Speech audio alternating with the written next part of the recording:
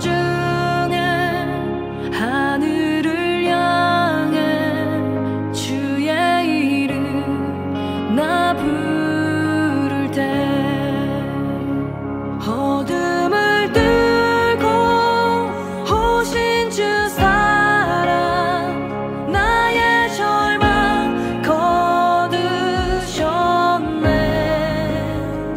주님의 공로 다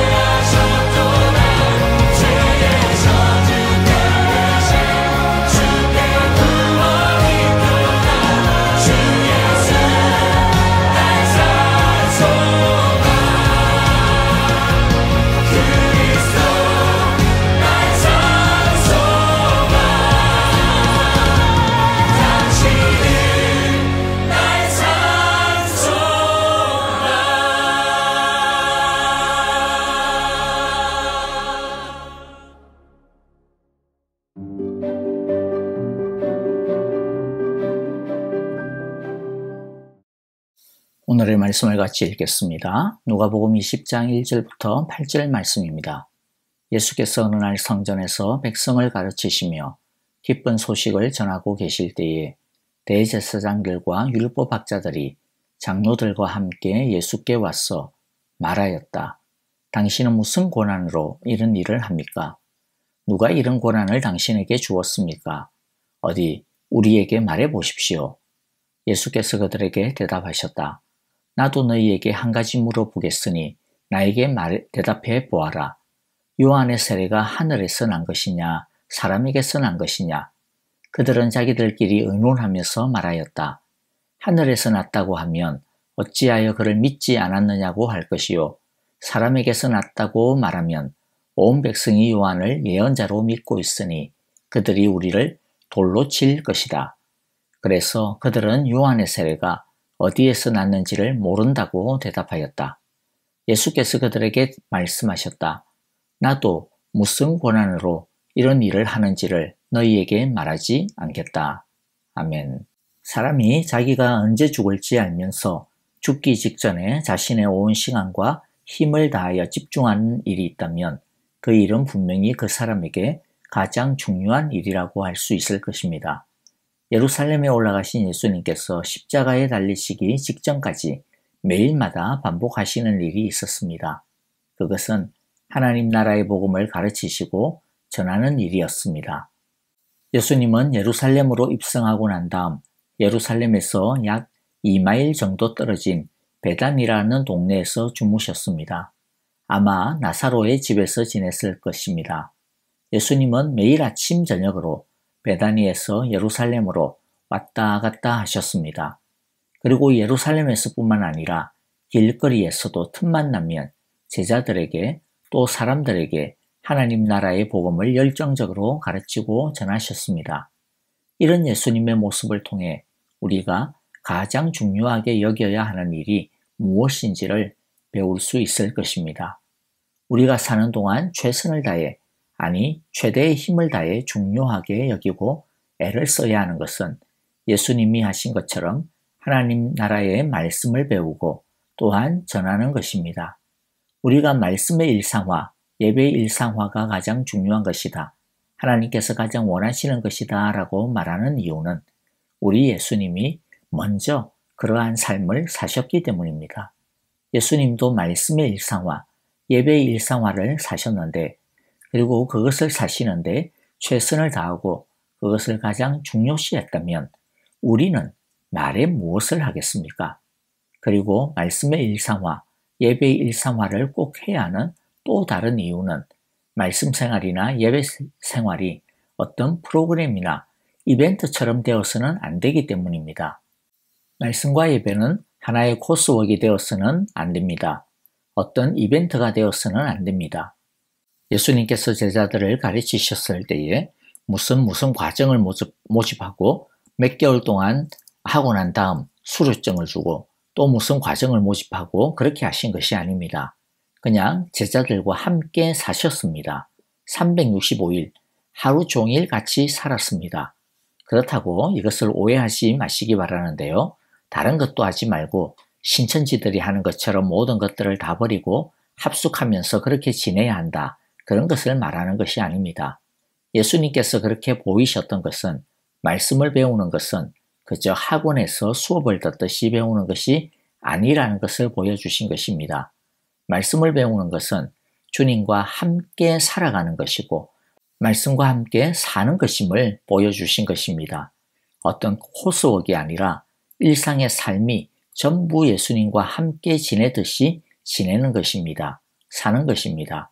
말씀의 일상화는 일상을 말씀과 함께, 말씀과 더불어 말씀을 따라 사는 것과 같습니다. 예배 일상화란 매 순간순간을 하나님과 함께 하나님의 인도를 따라 하나님을 의지하며 하나님과 대화하며 라는 말과 같은 것입니다. 우리 모두 예수님이 그러하셨던 것처럼 말씀을 배우고 전하는 것을 가장 중요하게 여기고 온 힘을 다하게 되기를 바랍니다. 이제 다음 장면을 보겠습니다. 예수님께서 말씀을 전하실 때에 대제사장들과 율법학자들이 장로들과 함께 예수께 와서 시비를 걸었습니다. 당신은 무슨 권한으로 이런 일을 합니까? 누가 이런 권한을 당신에게 주었습니까? 어디 우리에게 말해보시오. 한글 번역이 이 성경이라고 해서 너무 점잖게 번역을 했습니다만 이렇게 공손하게 묻지 않았을 것입니다. 굉장히 위압적으로 공격적으로 시비를 걸었을 것입니다. 이들은 예수님이 전하는 말씀이 너무나도 명쾌하고 감추었던 진리를 드러내는 것인 줄을 알았습니다. 예수님의 말씀에 그냥 보통 사람이 가질 수 없는 어떤 권세가 있는 것을 이들도 느끼고 알았습니다.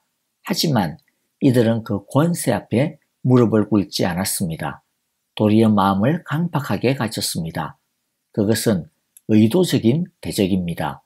어떤 사람들은 예수님의 권세가 하나님의 권세와 같은 것인데 종교 지도자들과 또 자기를 반대하는 사람들의 마음과 생각을 확 그냥 꺾어가지고 억지로라도 예수님을 믿게 하고 예수님 앞에 엎드리겠으면 이들이 예수님을 십자가에 못 박아 죽이는 그런 일은 없었을 것 아니냐? 왜 예수님은 그런 권세를 사용하신 것이 아니냐라고 묻습니다. 좋은 지적입니다. 그런데 예수님께서 왜 그렇게 하지 않았을까요? 그것은 순종과 사랑, 믿음과 영접은 강제로 하는 것이 아니고 자신의 의지와 마음으로 하는 것이어야 하기 때문입니다.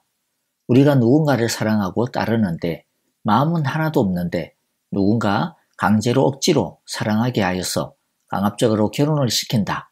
여러분 과연 그것을 사랑이라고 부를 수 있을까요? 그것을 정상적이라고 할 수 있을까요? 누구나 말이 안 되는 것이라고 흥분할 것입니다. 그런 일은 절대로 일어나서는 안 되는 것이라고 할 것입니다. 그것은 우리가 주님을 만나고 사랑하고 충성하는 데 있어서도 마찬가지입니다. 하나님은 하나님과 우리와의 관계가 오직 인격적인 관계, 자원하는 관계, 자발적인 관계에 기초하기를 원하십니다. 물론 하나님이 불가항력적으로 우리를 만나주시고 우리를 하나님 앞에 끌어세울 때가 있습니다. 사도 바울이 예수님을 처음 만났던 것처럼 강권적으로 그렇게 만나주실 때가 있습니다. 하나님께서 우리를 억지로 은혜의 물가까지 끌고 오실 때가 있습니다. 하지만 하나님은 마지막 물을 마시는 것은 우리의 마음과 의지에 맡기십니다. 지금 종교 지도자들과 백성의 장로들이 바로 은혜의 물가까지 끌려온 것과 같습니다. 하나님께서 이들에게도 주님의 진리를 듣게 하신 것입니다. 하지만 이들은 귀를 막았습니다. 자신들이 예수님의 말씀에 하나님의 권세가 있다라는 것을 느끼고 있고 또 예수님이 행하신 것을 듣기도 했고 보기도 했으면서도 자기들이 알고 있는 지식으로도 예수님이 하신 모든 삶과 행적이 구약에서 예언한 메시아에 대한 약속을 성취하는 것인 줄을 알면도 불구하고 이들은 귀를 억지로 막았습니다. 여러분 이들을 볼 때 어떤 마음과 느낌이 드시나요? 얼마나 답답하십니까?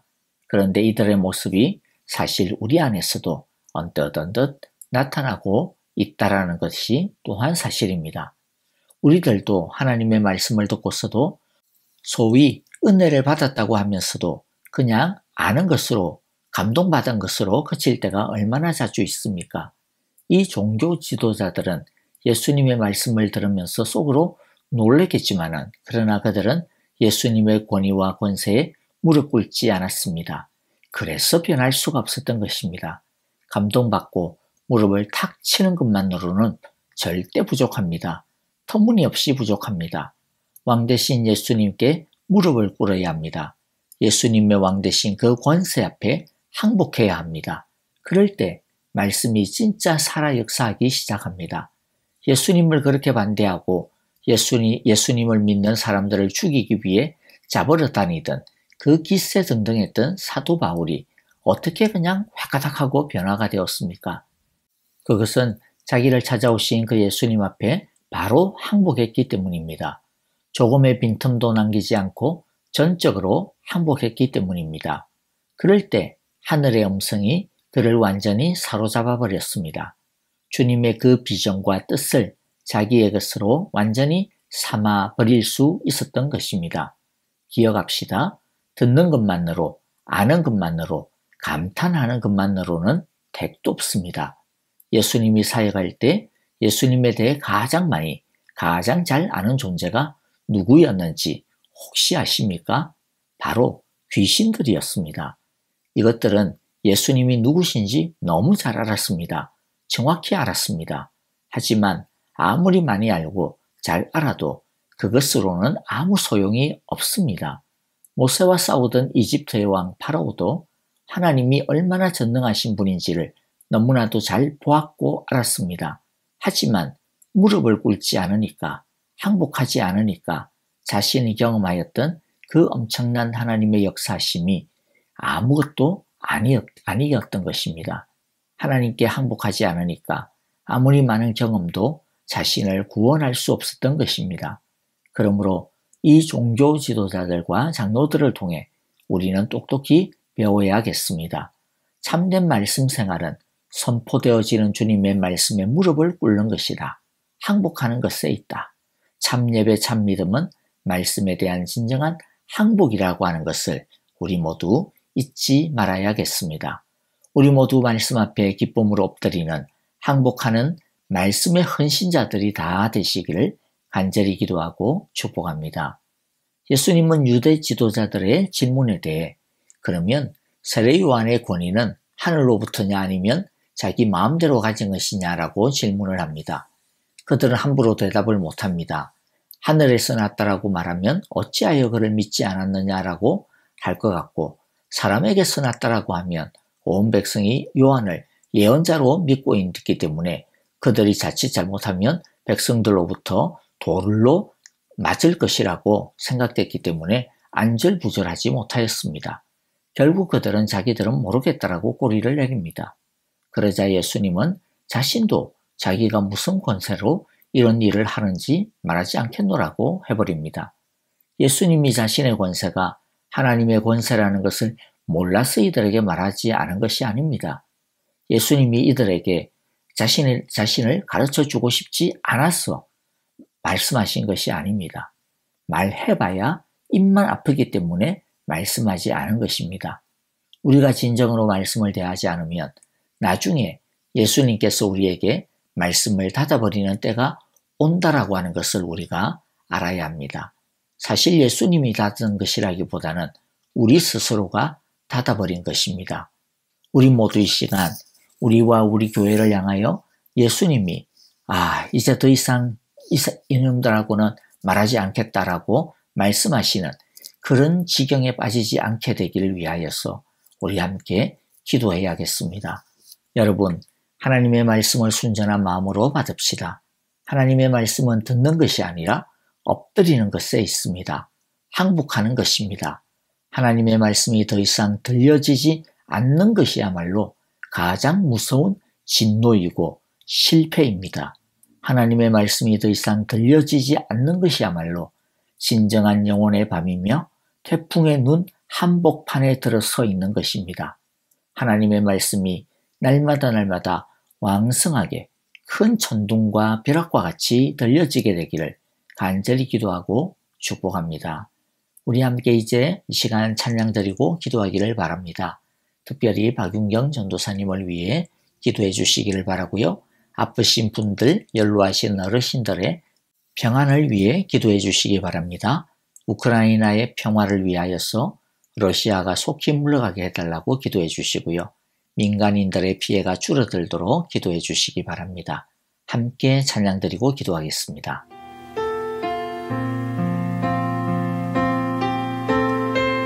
예수 사랑합니다. 저희 마음을 다하여 찬양 드리겠습니다.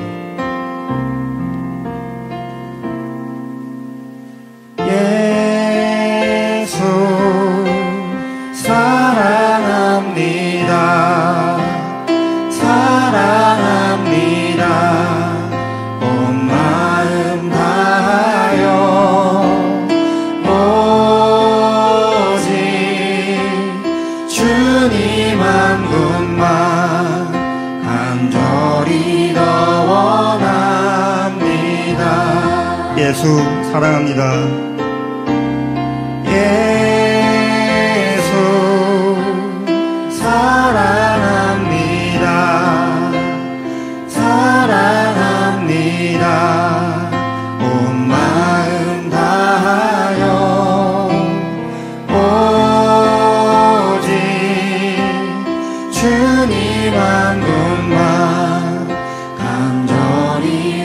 원합니다.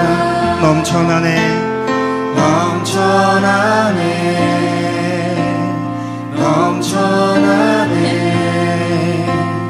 주를 향한 내 속에 갈망이 주님께로 날 이끌어 주소서. 주님을 더 원합니다. 예수 사랑합니다. 예수 사랑합니다. 사랑합니다. 온 마음 다하여 오직 주님 한 분만 간절히 더 원합니다. 한 번 더 고백합니다. 예수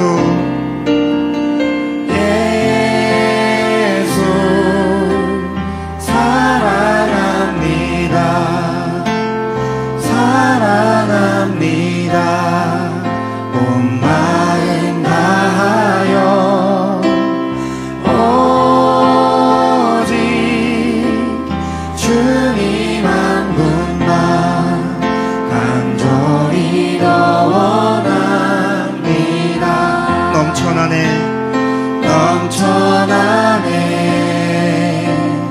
넘쳐나네 주를 향한 내 속에 갈망이 주님께로 날 이끌어 주소서. 주님을 더 원합니다. 한 번 더 넘쳐나네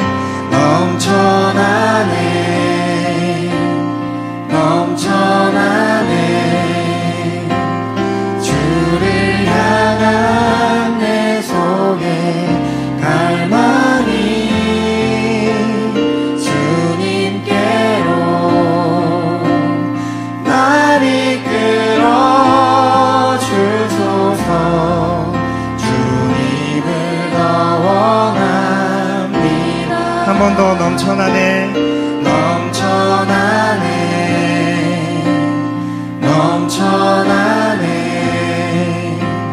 주를 향한 내 속에 갈망이 주님께로 날 이끌어 주소서. 주님을 더 원합니다. 한 번 더 목소리를 다해 찬양드립니다. 넘쳐나네